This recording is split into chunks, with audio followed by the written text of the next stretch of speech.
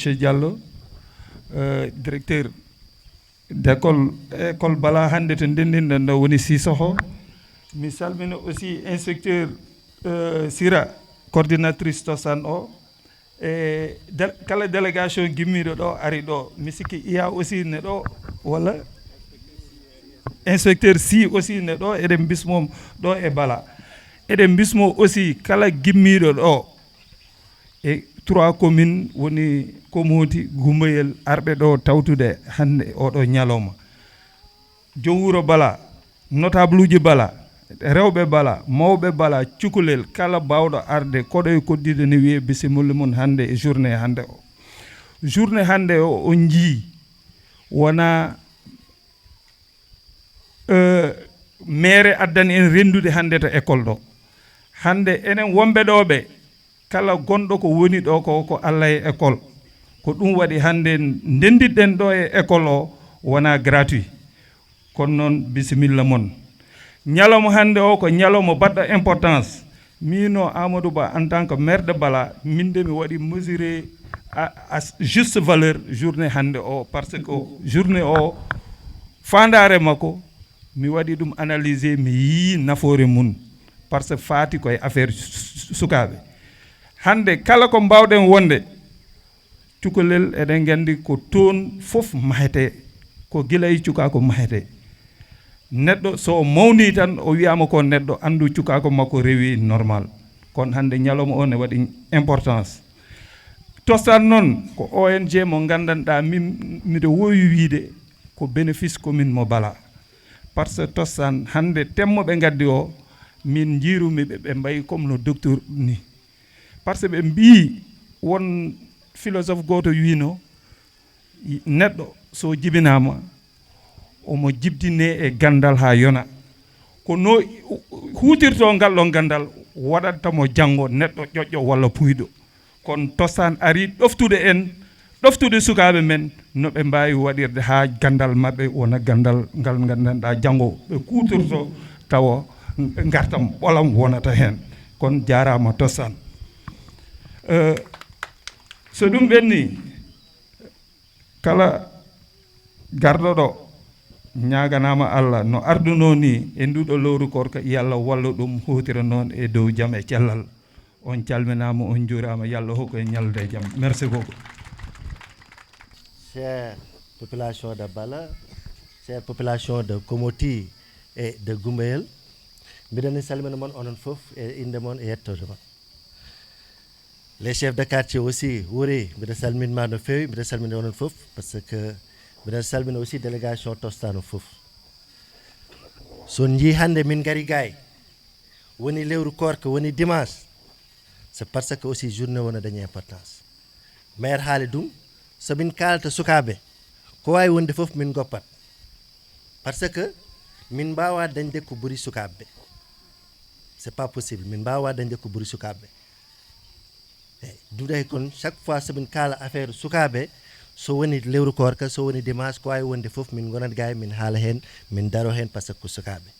son jii hande ko fewnete fof koye sukagu fewnete so ɓuuri toon nattat wawde fewnede e scientifique ji kewɗi wi mawɓe jiiɗa fof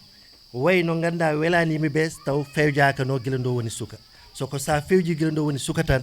fewat te minen noon amin jiiɗi leydi mo ganduɗa sukaɓe fewat mawɓe fewat donc alay saago min mbaɗa préparé sukaɓe guila ndo woni suka donc so Tostan ari wona hande ni o ari o ɓooyi arde gay soko woni ko walluno amen min jii wonti nafoore par ce que joni instruction dañji ɗi fof set setal yimɓeɓe ni aɗato yaltude par ce que set setal addi Tostan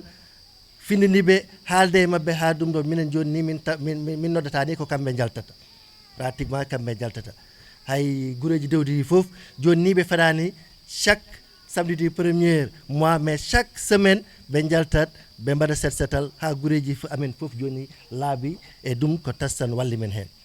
kono hande soɓe dañi journée ko wawi hen wonde fof minen min garat min daro hen par ce que minen ɓe waɗani minen gonini ga e law minen gonidi ga e kono ko minen Tostan waɗani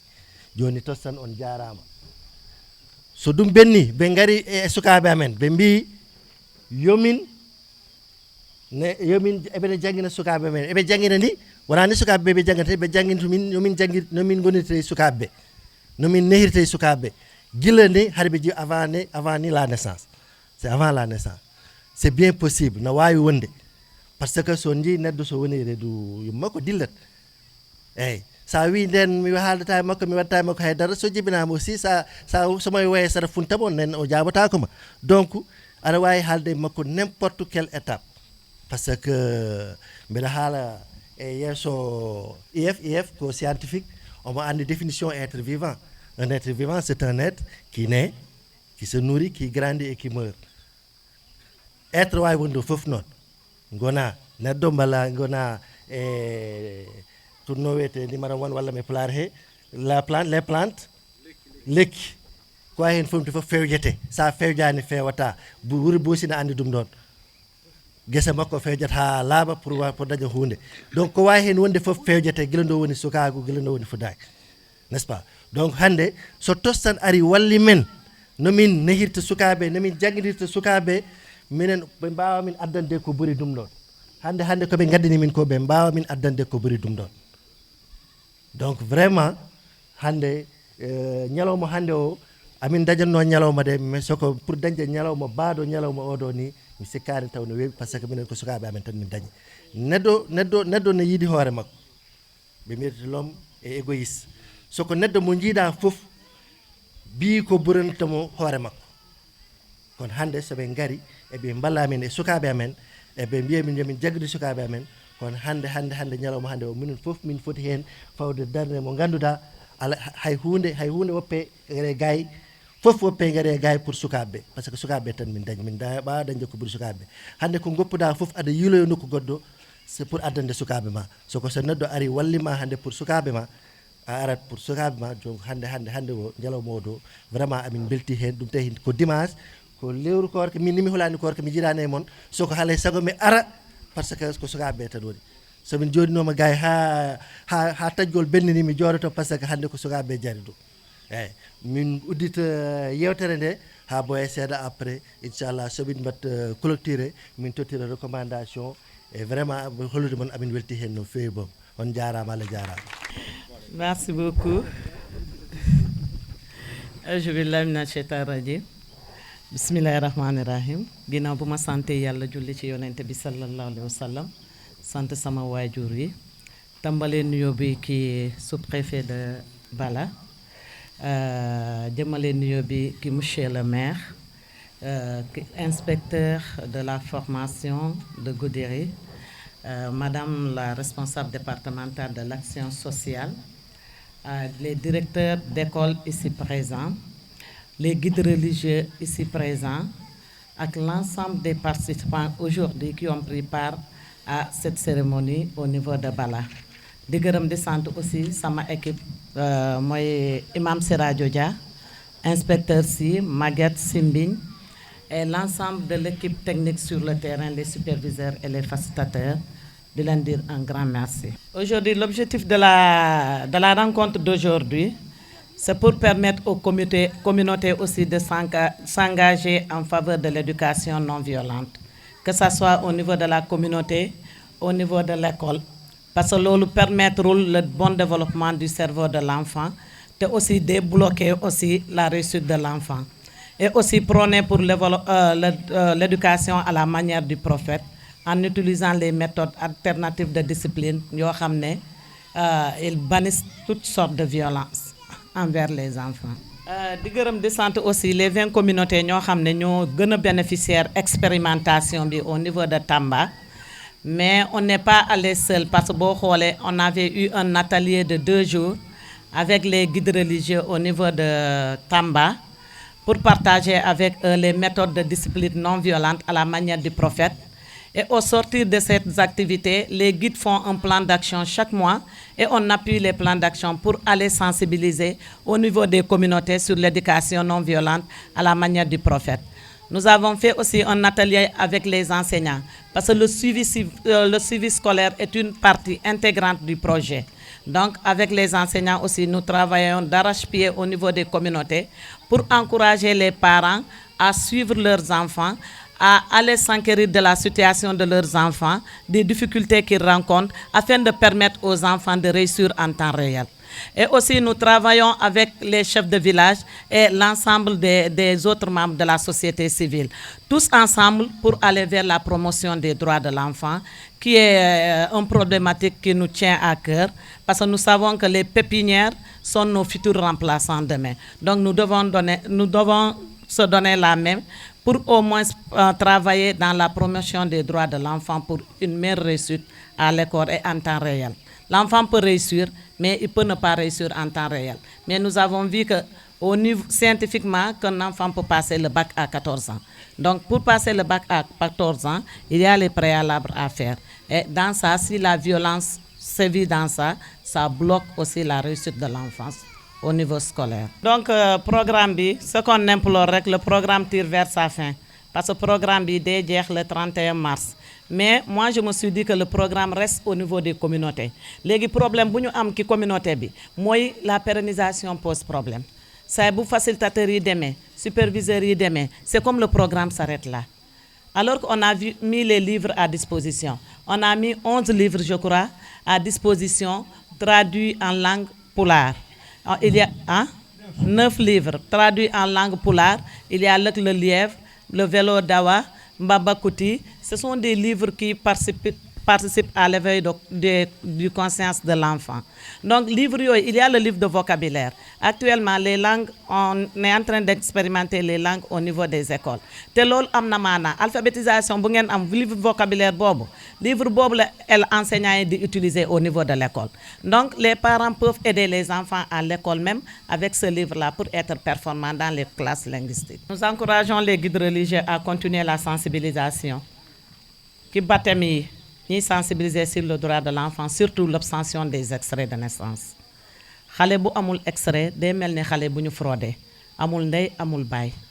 Donc faire le baptême c'est bien, mais extrait bi 500 francs la. 300 francs pour nga faire extrait, peut-être 200 francs ñu jox ko relais bi bu naroon yobbu cahier bi au niveau de la commune. Vraiment lolu mangi encourager les communautés à continuer à pérenniser ce que nous avons laissé au niveau des communautés.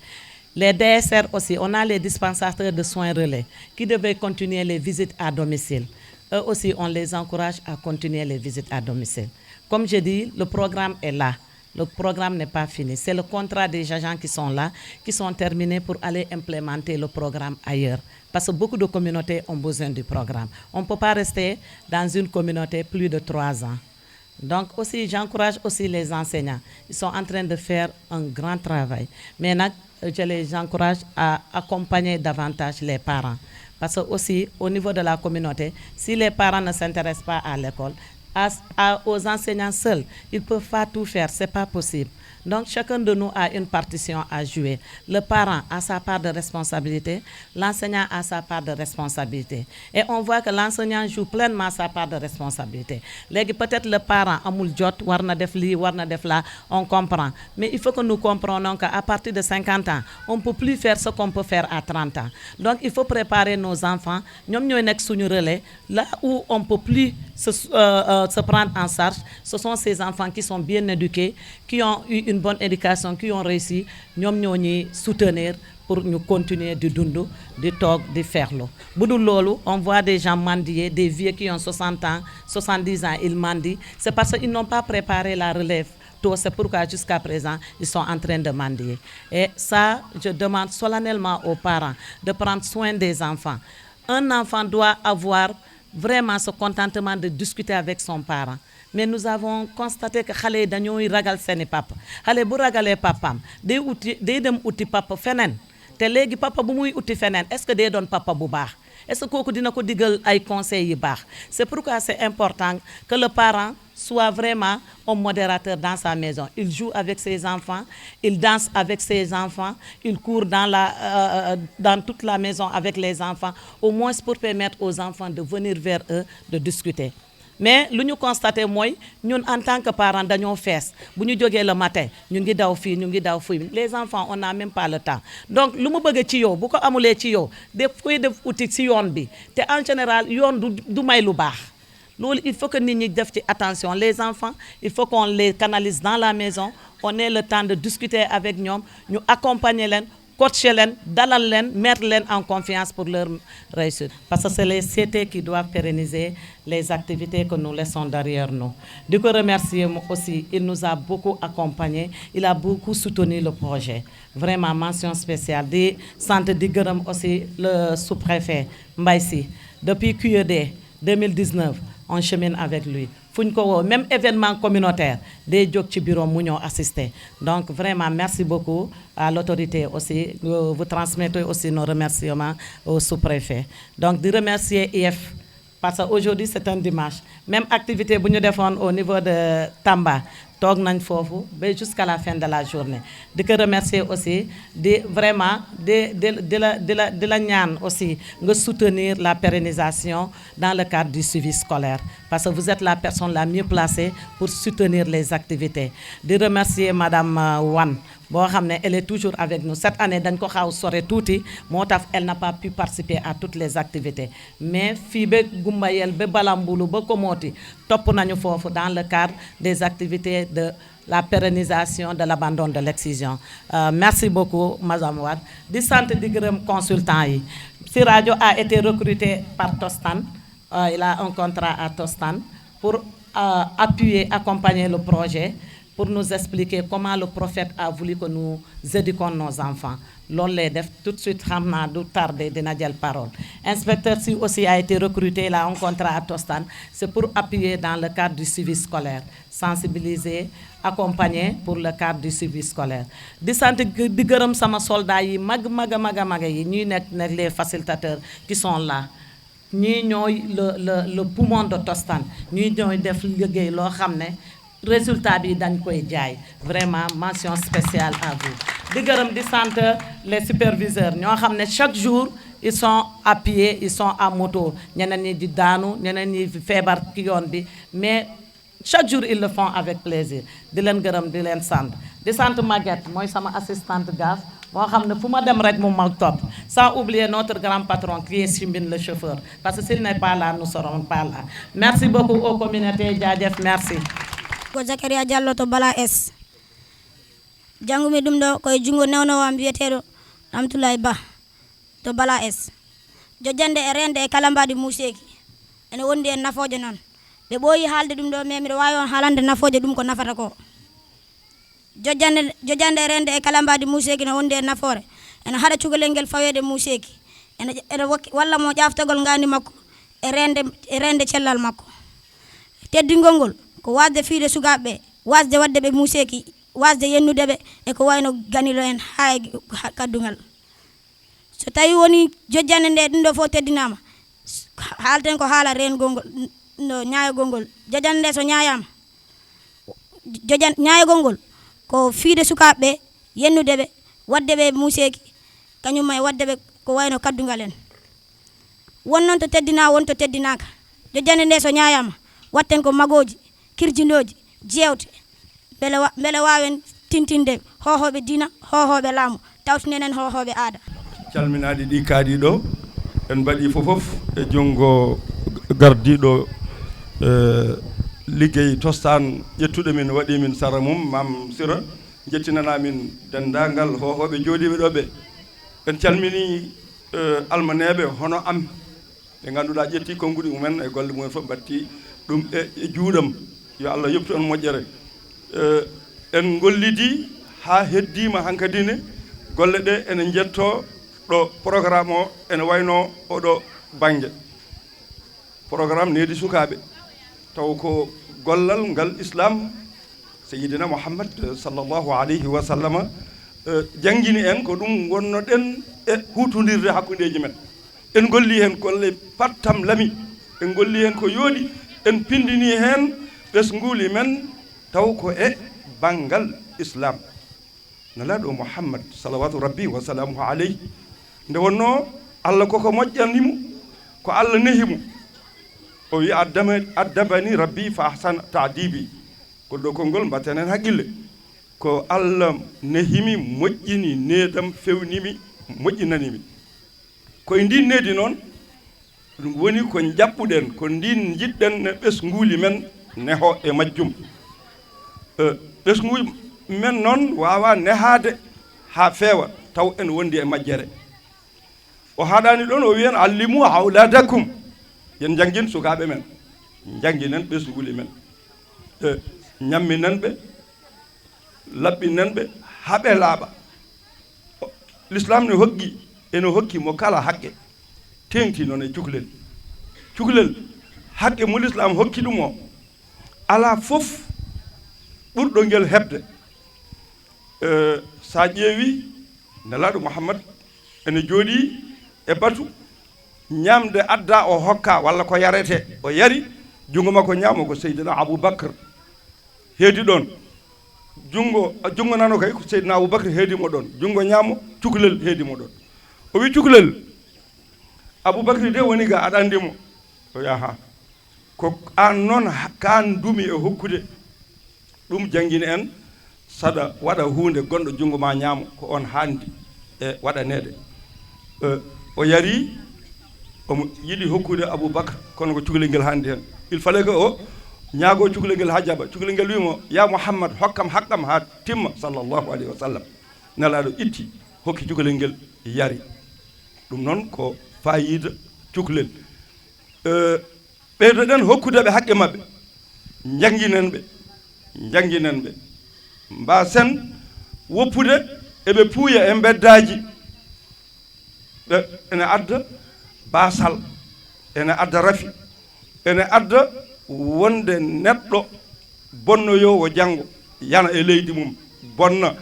bonnana hisɓe ɗum foof ko ɓuuri hen hewde addata ɗum ko majjere kaɓen e majjere seydina ali eɗen fof eɗen gandi kala kaalaɗo e sahabaɓe he wiyete ko radiyallahu anhu se mbi aboubacre radiyallahu anhu se mbi ousmane ko radiyallahu anhu seydina ali en kewani nande yimɓe ne mbiyamo seydina ali radiyallahu anhu en kewani o heewi wiyete ko karramallahu wajha yo allah teddin yeeso makko yo allah teddin yeeso seydina ali pour holɗum nde o woni e reedu yummakko makka ko heferɓe gonno ɗon sanamuji goni ɗon kala pinɗo a rodoto lahal ma walla siwo ma walla ñamde ma jaaha to jalang a juulat a sujjat a juulanat jalanguji ndewo naati e reedu yummakko gila ala ko woni e reedu yummakko so yehi yimiraɗo noon aada mumen subaka fof ko yaade to jalang to o waɗa koɓe mbaɗatno ko yumma o noon ñande rondimo aari ɗo huccite jalang ɗo ɗo yiɗata sujjude ɗo o haaƴi e reedu makko musalla reedu heeɓi ɗum o woni hen haw watti wumbade e nder reedu omo yaha hen yumiraɗo o meeɗa arde e jalang sujji meeɗa wadde seydina ali jaɓani ɗum ko ganden ko programme o wi en cukalel ko gila e reedu gollal mo fuɗoto o jaɓani seydina ali yeeso mum meeɗa huccidde e jalang taw yummakko ne hucciti e jalang omo e nder reedu yummakko o sujji yummakko meeɗa sujjude jalang gila o sowa ɗum noon nde o jibina nelaɗo mouhammad sallllahu alayhi wa sallam tafanimo on tampon mo ganduɗa ko yo kala ɗo juulɗo nanimo yo wi karramallahu wajha ayi oɗo heeɓi oɗo haqqe gila ko e nder reedu nelaɗo hoppanani sukalel hay hunde o meeɗi arde hajju goto nelaɗo hajjatul wada nde o hajjata kala ko l'islam jogorno ñaawde waɗi e on hajju o hawri e garɗo hajjande bamum wurani holno wayata o ari hajjude o hawri e debbo goto ene wango suudu kaaba ene jogui cukalel wimo ya rasulallah ali haasa hajji e hemanelaɗo allah ngel ɗo cukalel ɓinguelam ngel jogimi ngel est ce que ngel foti hajjude o wi hakkay wala kas ajr e ngel hajja baraji ɗi allah waɗanma ayi ɓesɗo jogiiɗo ɓinguel mum sono jogui jawdi yo hajjoy hajjide e ɓiyum allah yoɓa ɓiɗɗo o haqqe ɓiɗɗo kala ko neɗɗo o heɓata e l'islam cukalel ngel ne hokka ɗum noon addibu awladakum minal mahdi ilal lahd nelaɗo sallllahu alih w sallam wi allimu ye en jangin sukaɓe men gila eɓe e verso ñande ɓe jibina eɓe jappaw mabɓe puɗɗen ɗon jangdete woto jangde darto noon ha jomum rutto e jomum alhamdulillahi rabbil alamin Mam Sira gollal ngal ndesduno ɗon min en baddi e mum e almaneɓe gure nogas ene wondi e équipement timmuɗo ɓe golli golle juɓɓuɗe jodde rapport aji garoji aɗa totteɗi kanji fof eɗi kawri ala fof ɗo ngakki ɗo ɗemno ngakkude ɗo en jeehi ha toon en pewniti alhamdulillahi rabbil alamin ɗum noon ella o tan ko programme o yettima ɗo haɗata kono noon a hollama a andinama waw naftorade cukalel ngel ɗo o jangini ɗo no feewi woto ñet ndiyam mbasa yardude goɗɗo pacca e leydi ɗum noon on gandinama on janginama on kollama yo sukaɓe ɓe naftore woto en ngar e wuuro tawen humam binnagal ene ɗon woto en ngar wuuro tawen sukaɓe ene goppa mbadi ndi yoɗani neɗɗagal jaɓani no jiɗirɗa fayidagal min jangin cukalel ma gila ne jibina ha mawna so yi e ma fayida tan ko ɗon yaɓɓata wonko heddi noon wonko heddi eɗen pewna kono noon elle ko asa ubba kadi woni e nokku he walla e diwan he walla e leydi he asa ubba yajat kono gaska heɓotako ene fewne ga ene bonne to sukaɓe ɓe ƴeewen hartadeɓe e wifiji he ƴeewen hartadeɓe e tiktok aji he mboɗo waɗi un groupe almaneɓe e seeremɓe kono somin ngari hen amin jiya ko moƴƴi ko yooɗi jippine hen taw ko tiktok sa gayni tan ko rewata koko boni wodi kalifa goto nodduɗo wi kam imam ittu ɗum ɗo mbimi ala ko banda yahata oɗo neldani ɗum neldude ɗum o wona ɗum woni miijo mum ko moƴƴere nde woni miijo mum mawɓe ene kaaɗe yo woto ndaar ko wayini saka noon cukalon kon ne mbatten mo haqqille mbatten haqqille kadi e jangde mabɓe a wiyat cukalel yo janggo e kaali ɗum ɗo jaaha école mbasa taw toon ɓiye holto woni nanto e babi foti waɗede condamné itte walla waɗane ɗum waktuji ɗi potani yaadude e jangde cukalel so dogui jangde a yiyan ɗum école tan walla yiyan ɗum e daara alquran sa ƴeewoyi e casino ji e ma taw ɗum toon ɗum ɗo ne ko asa ubba merci on jarama assalamu aleykum wa rahmatullah assalamu aleykum wa rahmatullahi wa barakatuhu miɗo jinno d' abord salminde délégation gonɗo ɗum woni commence mi fuɗɗoro e sous préfet monsieur le sous préfet mi salmina monsieur le maire de la commune mi salmina hen l'inspecteur de l'éducation et de la formation de Goudiri mi salmini hen no feewi aussi la responsable de l'action sociale Goudiri mi salmini aussi délégation mami ardi o iwɗo Tambacounda joom wuroji ɗi les agents de superviseurs et facilitateurs de Tostan communauté ji ɗi fof garɗi ɗo mi salmini ɓe no feewi ko weltare no feewi par ce que faire o mobilisation min mi fuɗɗorto ko imam Dia haali ɗo joni o wi joni min jiiɗa yaade e guure tawa humam binneji nan toon tawa yimɓe ɓe famani normalement nan toon par ce que ligguey mbaɗaɗe ɗo ko ligguey fewɗe waɗaɗo e nder o temps o juutani kono ligguey mawɗe waɗama ɗo par ce que ɓe mbaɗi tourné ji ɗi école e guure ɗe oɗon gandi min ko mi dari hen e sengo programme o ɗum haalama ko ɗum ɓe wiyata e français suivi scolaire nag ko woni ɗum ko daragol pour sukaɓe ɓe wawa janggude tawa ɓe accitani école aji tawa ɓe woppani école o tawa ɓe wawa janggude janggoɓe wona yimɓe tedduɓe tawa par ce que ko jande woni foof ɗon e wawata haalde ha janggo enen foof eɗen andi nafoore jande sa janggui a wawat heɓande hoorema a wawa wonde neɗɗo mawɗo a wawa famde no aduna on yarata ɗum foof eɗen andi nafoore jangde mais minen mbaɗ e nder inspection ji ɗi min daari ɗo par ce que souvent a yiyat élève jangga seeɗa tan jangga seeɗa woppa tawa no woodi ko sabu wata o woppi ɗum hollirama ɗo e sketch ji ɗi mi rewta e ɗum ɗo pour mi yiiɗa haala ka juuta mais komin ñaagui e nder programme o ko ligge waɗade ɗo ɗe vraiment ko ɗen tabita daroɗen enen fof ko haala ɗo ko tawa tabitat par ce que wiyama programme tuma ari fof to si programme o acci rek programme o si acci awa yimɓeɓe fof wallina ɗum wona ko moƴƴi par ce que ligge hewde waɗama vraiment taw hakkude parent d'élève e élève o tawa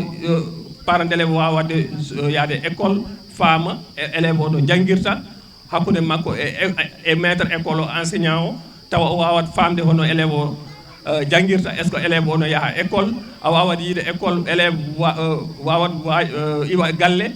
yaha wiya mbiɗa yaaha école tawa o yahani école o yaha o suuɗo ɗum fof si tawi a yahani ha humpitoɗa anda école élève o ɗo woniri école e ɗum no wawron famde an aussi anda est ce que élève o ɗo jangga est ce que omo jogui niveau est ce que te ɗum fof ɗum ɗo parent d'élève o no duwa ɗum famde ɗum fof hollirama e sketch ji ɗi donc programme o koko gasata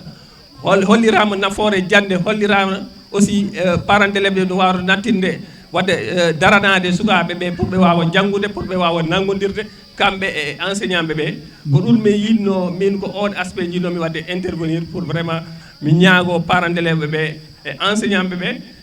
mi jaari enseignant ɓe no feewi mi jaari aussi l' inspecteur de l' éducation et de la formation de Goudiri darande makko gila formation men min mbaɗi Tamba ha joni e relation ji mbatta correspondre ɗum fof holliri omo daroni no feewi programme o mais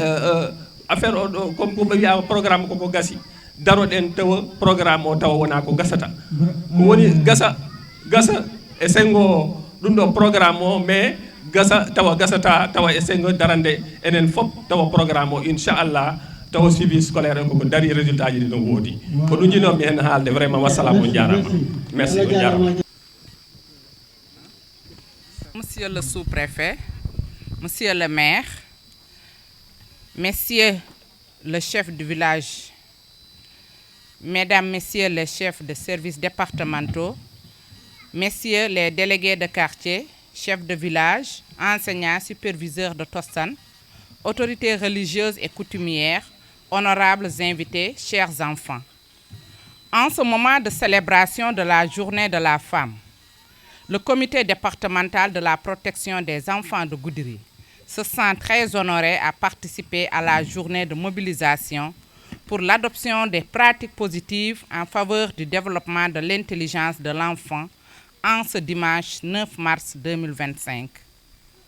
Le CDPE de Goudiri, en collaboration avec les partenaires gouvernementaux, l'ONG Tostan, aspire à un monde où les filles, les enfants, les hommes et les femmes ont la possibilité d'influencer positivement, de porter le changement et de vivre dans le bien-être. Pour y arriver, l'acquisition de compétences sur le mode prophétique d'une éducation non violente par le respect des droits de l'enfant doit être de mise pour nous, acteurs de la protection des enfants, la communauté, les leaders d'opinion. Le projet de renforcement des pratiques parentales avec le thème « Promotion de l'abandon des violences faites aux enfants » vient à son heure. À côté de l'école, l'éducation parentale par les communautés sur les pratiques positives et l'éducation non violente nous permet de capaciter nos enfants et les aide à grandir dans le bonheur et servir dignement le pays. Chers enfants, le gouvernement du Sénégal, avec ses partenaires techniques et financiers, est là pour la promotion de la protection de vos droits. Mais sachez que vous avez des devoirs envers vos parents, votre communauté, votre pays. On peut citer le droit d'aînesse, le respect, l'assistance envers les personnes en leur vieux jour, envers les parents en leur vieux jour, la participation citoyenne pour les actions communautaires. L'appropriation de l'éducation par les bonnes pratiques parentales doit nous aider à parvenir à avoir des ressources humaines de qualité. L'ONG Tostan, soyez remerciés pour tous les efforts consentis pour l'abandon des pratiques néfastes et la conscientisation des communautés par rapport à l'assainissement, la santé, la protection, les droits humains et j'en passe. Ensemble, nous allons relever beaucoup de défis dans le département de Goudiri. Merci de votre aimable attention. Salut le préfet, monsieur le maire, le chef de village, honorable invité, l'inspecteur de l'éducation et de la formation de Goudiri, en l'occurrence monsieur Ahmad Diallo, qui est mon supérieur hiérarchique. Moi, je ne vais que témoigner l'attitude de l'ONG Tostan envers la population de Bala, surtout en milieu scolaire. Nous sommes témoins des faits, ils nous ont amenés à faire des formations en faisant un link entre nous et la population. Tout ça, c'est allant dans le sens de faire une bonne éducation par rapport à nos enfants. Les enfants quittent à la maison, ils viennent à l'école. Mais on ose dire qu'aujourd'hui, avec cette journée déclarée comme quoi que, avec l'arrivée de Tostan, les populations quand même se sont initiées quand même dans la bonne marche de l'école, et ça se voit. Donc on a eu à faire quand même des ateliers, des suivis vraiment par rapport au programme, et on a trouvé que vraiment c'est intéressant. On va dire tout simplement aux populations de redoubler encore d'efforts vraiment pour participer pleinement et jouer pleinement le rôle dans l'école. L'école, elle est ouverte pour tout le monde. Il n'y a pas de sens d'interdit avec qui que ce soit. Mais ici, par rapport aux actes de Tostan, ils ont eu à s'immiscer quand même dans la bonne marche de l'école. Ils nous ont aidés à vraiment réfectionner la dalle des salles de classe. Mais aussi, il faut dire aussi, le maire de Bala, vraiment, il met sa main dans l'éducation. Il a construit des salles de classe. Vraiment, il appuie vraiment les collègues en fourniture, etc. Tout ça allant dans le sens de bien faire marcher quand même l'école. Et là aussi, on le félicite, malgré que c'est son devoir aussi le plus absolu. Mais je dirais aussi, mention spéciale aussi à mon CGE et le vieux monsieur Si, Bokar Si, et qui ne cesse de venir à l'école tant à n'importe quelle heure pour venir nous soutenir par rapport à quelques difficultés. Et lui, en personne, quand même, il va dans le village. Et mon CGE aussi, Bassir aussi, qui a créé, ils ont créé avec Tostan le CGC, vraiment pour appuyer encore l'école. Et vraiment, ce fut vraiment un grand plaisir. Et je demande aussi à la population, ils ont commencé quand même à venir à l'école. Auparavant, avant que Tostan ne vienne, on avait ce problème. Mais on a vu quand même une évolution quand même par rapport à la fréquentation des parents d'élèves à l'école. Et sur ce, vraiment, je remercie Tostan. Et j'ai une doléance par rapport à la coordinatrice,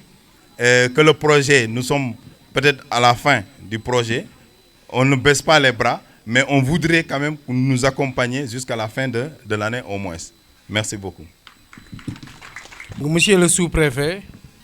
monsieur le maire de la commune de Bala, monsieur le chef de village de Bala,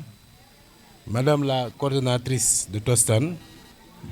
autorités administratives, coutumières et religieuses, population de Komoti, de Gumboyel et de Bala, chers élèves. Mesdames, Messieurs,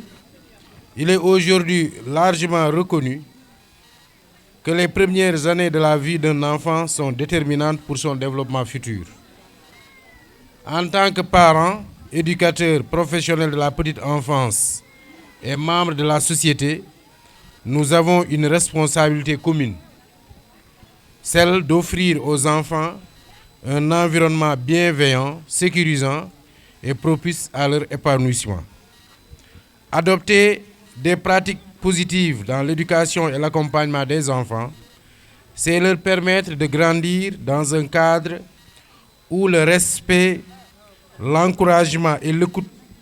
sont au cœur de chaque interaction. Les recherches en neurosciences et en psychologie de l'enfant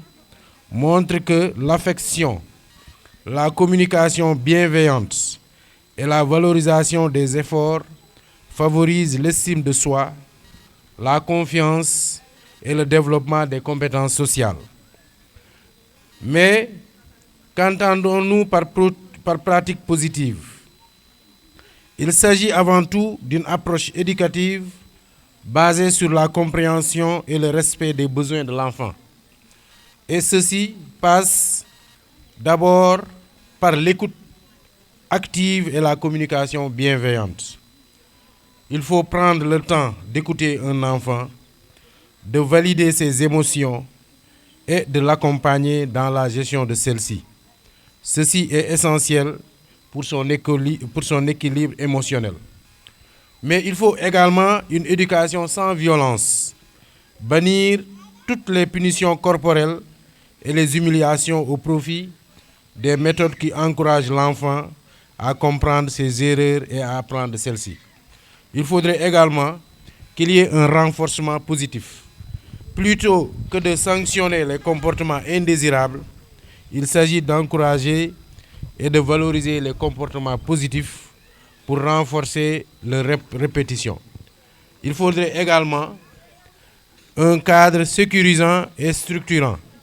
Un enfant a besoin de repères clairs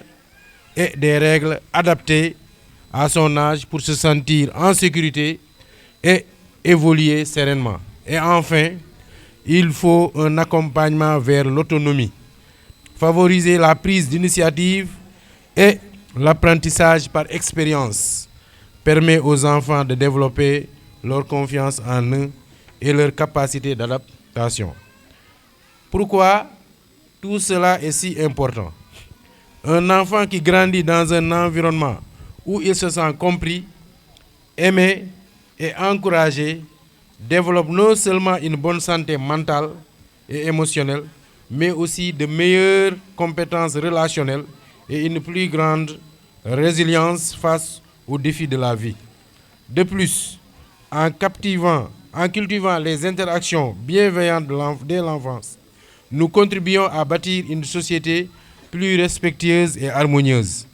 Et pour conclure, adapter des pratiques éducatives positives est un engagement collectif. Chacun à son échelle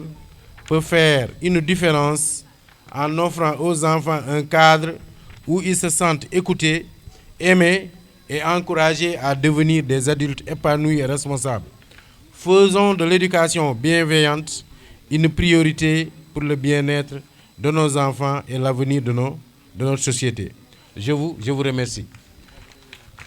Donc la première des choses pour le parent, c'est de mettre les enfants en confiance. Nous avons jot, nous avons temps, toog déglu xale yi. Te loolu ça va passer par les mamans. Parce que ñun heure bu ñuy passer ak suñu doom yi suñu jëkkër yi duñ ko passer ak suñu doom. Fii boo fi xoolee ku fi toog boo limee fii góor yi am 4 femmes 3 femmes ñoo fi gën a bare. Ku aayul sa kër mu ngi 2 jours kër keneen. Waaye toi toujours tu restes avec tes enfants. Donc 90% du temps yow yaa koy passer ak sa doom. Donc lu ñuy def ci xale lu bëre jigéen yi ñoo koy def. Mais léegi dañuy ne ku nekk ville mais léegi portable ñi nekk village ñoo ñu gën a comprendre portable surtout TikTok kër boo dugg ñi ngi yaa ngi TikTok kenn du waxtaan kenn amul jotu kenn loolu la ñu bara bàyyi TikTok bi lu mu yàq suñu diggante ak suñu njaboot defaru ko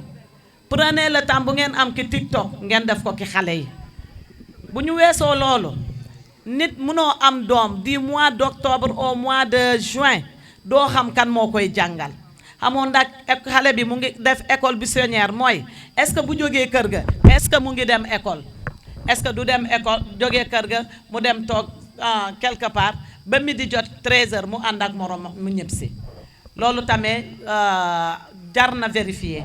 d'où l'importance parents yi lundi ba vendredi nga tànn foofu benn journée soit un lundi là ou bien un jeudi man de loolu dama koy def sama calendrier chaque jeudi je vais aller à l'école m'enquérir de la situation de mon enfant soit de son assiduité de sa performance mbaa difficulté yu mu am loolu boo koy def xale bu gisee ngeen ñëw chaque jour à l'école lui-même il va se sentir valorisé parce que il va se dire à chaque fois bu ma ñëwul école ou bien bu ma ñëwee école ma def naka su dul noonu bu sama yaay ñëwee dinañ ko wax ou bien sama papa ou bien sama tonton bu boobaa bu noo demee kër ga ils vont me gronder donc l'enfant va essayer de se comporter le maximum possible comportement bu baax boo xam ne du ko porter benn préjudice. La deuxième chose aussi mooy répétiteurs yi xale bu fi nekk am na magam bu jàng ou bien am na benn cousin bu jàng koñ bi nañu créer des groupes de répétiteurs pour accompagner les enfants. École kese mënul def lépp ki xale. Il faut que kër ga aussi ñu am ay répétiteurs yoo xam ne dañuy accompagner les enfants. léegi xale yéen tamit maa ngi leen di ñaan yéenay suñu vraiment suñu yaakaaru ëllëg Sénégal. Gis nga ñiy toog fii dans 10 ans ñoom ñëpp dañuy dem retraite. kon nag yéenay remplacer sous-préfet, yéenay remplacer monsieur le maire, yéenay remplacer le directeur d'école, l'IEF et tout. Donc yéen tamit dites-vous que vous êtes les futurs leaders de demain. léegi nag da ngeen di concurrencer ci classe bi kii bu amee 9 de moyenne man j'aurai 8 de moyenne pour lu tax mu am 9 de moyenne nit day am jom boo leen amee jom rek da ngeen gis ne vraiment parents yi aussi dañuy gën a am courage pour accompagner leen. Maintenant j'ai un plaidoyer au niveau de l'IEF. L'IEF, nous au niveau de Komoti, il y a beaucoup d'écoles qui sont gelées. Au niveau de Komoti, il y a beaucoup d'élèves qui sont gelés. Nous, on n'a pas fait une étude comparative, mais comme ça, dans les villages que nous sommes, on a calculé, on s'est retrouvé avec 1180 enfants qui chôment. Et ça, c'est comme ça, parce qu'on a pris ça dans les villages, sans compter les autres villages qui n'ont pas bénéficié du projet. Donc, plaidoyer Bobo, vraiment, c'est notre cri de cœur. Nous ne pouvons pas accompagner des enfants. D'autres enfants, d'autres communes sont là, laissés à eux-mêmes. Nous avons une école coranique, nous avons une école française, nous avons un métier. Donc, on est en train de préparer les super délinquants du Sénégal. Parce que ces enfants, si nous sommes au village, ils vont aller à Dakar. dañuy gis boy Dakar di boy lu ñun boy Dakar la di sol ay dàll ak yooyu ñu bëgg a def boy Dakar mais il faut qu'ils vont voler, ils vont cambrioler, ils vont agresser les gens. Donc ensemble nous devons lutter contre ce fléau. Vraiment inspecteur doléance bi ñu ngi koy teg sa loxo man teel naa ko commencé bira di dem léegi nag dinaa continuer plaidoyer. S'il y a des soucis là-bas, Tostan est prêt pour vous accompagner. Dans la sensibilisation, même s'il faut mettre quelque chose, on va voir ce qui est à notre portée. Les enfants aussi de la commune de Komoti, les écoles. Et puis, bizarrement, c'est les gros et grands villages peuplés, c'est une école qui est gelée. C'est Kenyeto, c'est Djipoundé, Madina Tchang, c'est beaucoup de villages. Lolo vraiment, IF, vraiment, nous avons un cri de cœur pour nous appeler au moins pour l'école. Aussi aux parents qui sont là. On a les CIPS, les conseils importants. Tostan a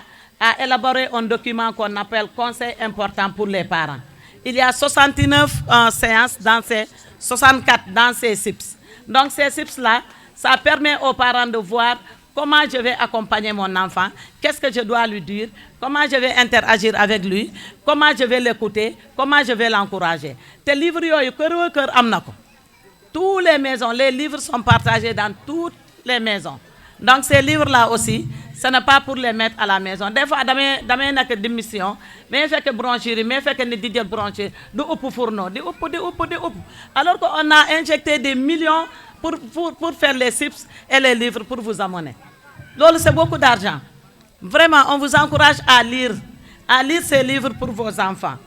Et aussi, monsieur le maire, nous avons injecté dans la commune de Bala, je crois que nous avons injecté 6 millions.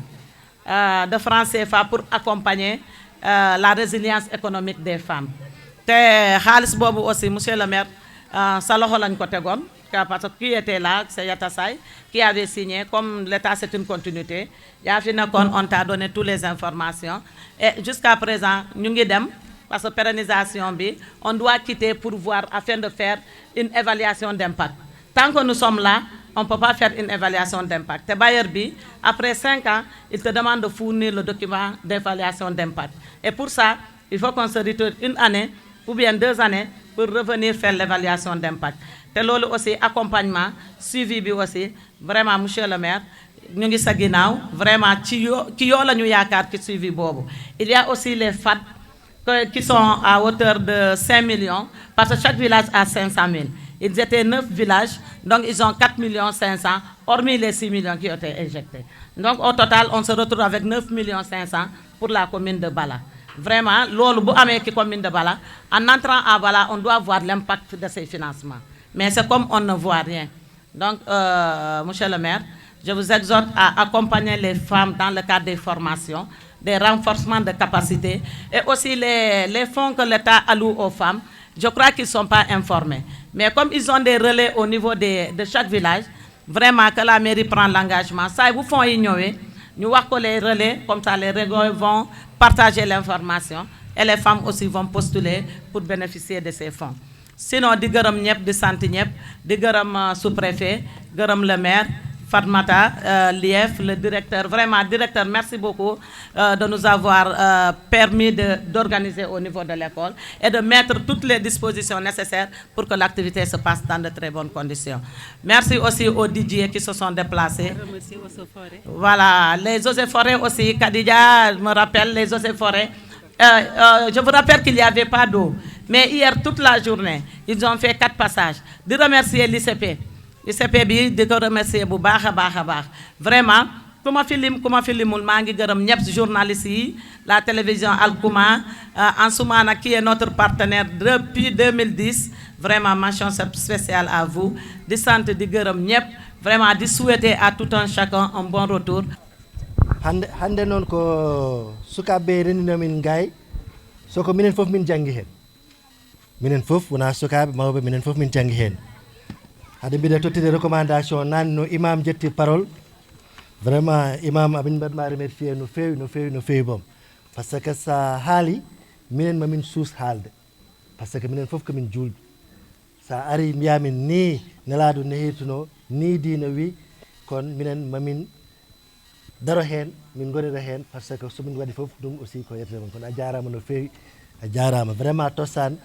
waɗi ko foti wadde ko addi imam pour addi hollude men no foti nomin foti jaguide sukaɓe amen kono min janggi hen no fewi boom et aussi o holliri amen kadi diine l'islam to fawi jangde c'est pas hasard ko iqra adi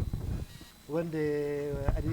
ɗum woni importance mo ganduɗa éducation dañi ɗum e diine l'islam donc imam kon sa ari gay vraiment amin belto hen no fewi boom joni noon kamɓe gaddi engagement oɗo ɓe mbi kam ko mbiɗon hen foof ko jangguidon foof ɓe jii hen nafoore mabɓe ɗum woni reconnaissons que chaque enfant a droit à une éducation sans violence avec amour et respect kamɓe mbi noon ɓe wi kamɓe ɓe jaaɓi ɗum ɓe jaaɓi jangguinde sukaɓe taw a fiyani ɓe a huttaki ɓe a riddani ɓe par ce que le cerveau d'un enfant a mal à la négation suka sono woni suka yiɗani no poussé no duñe no ridde ko mbiyatama a funtodire e mabba ha daña ɗum kamɓe ɓe mbi eɓe jaaɓi ɗum eɓe andi ɗum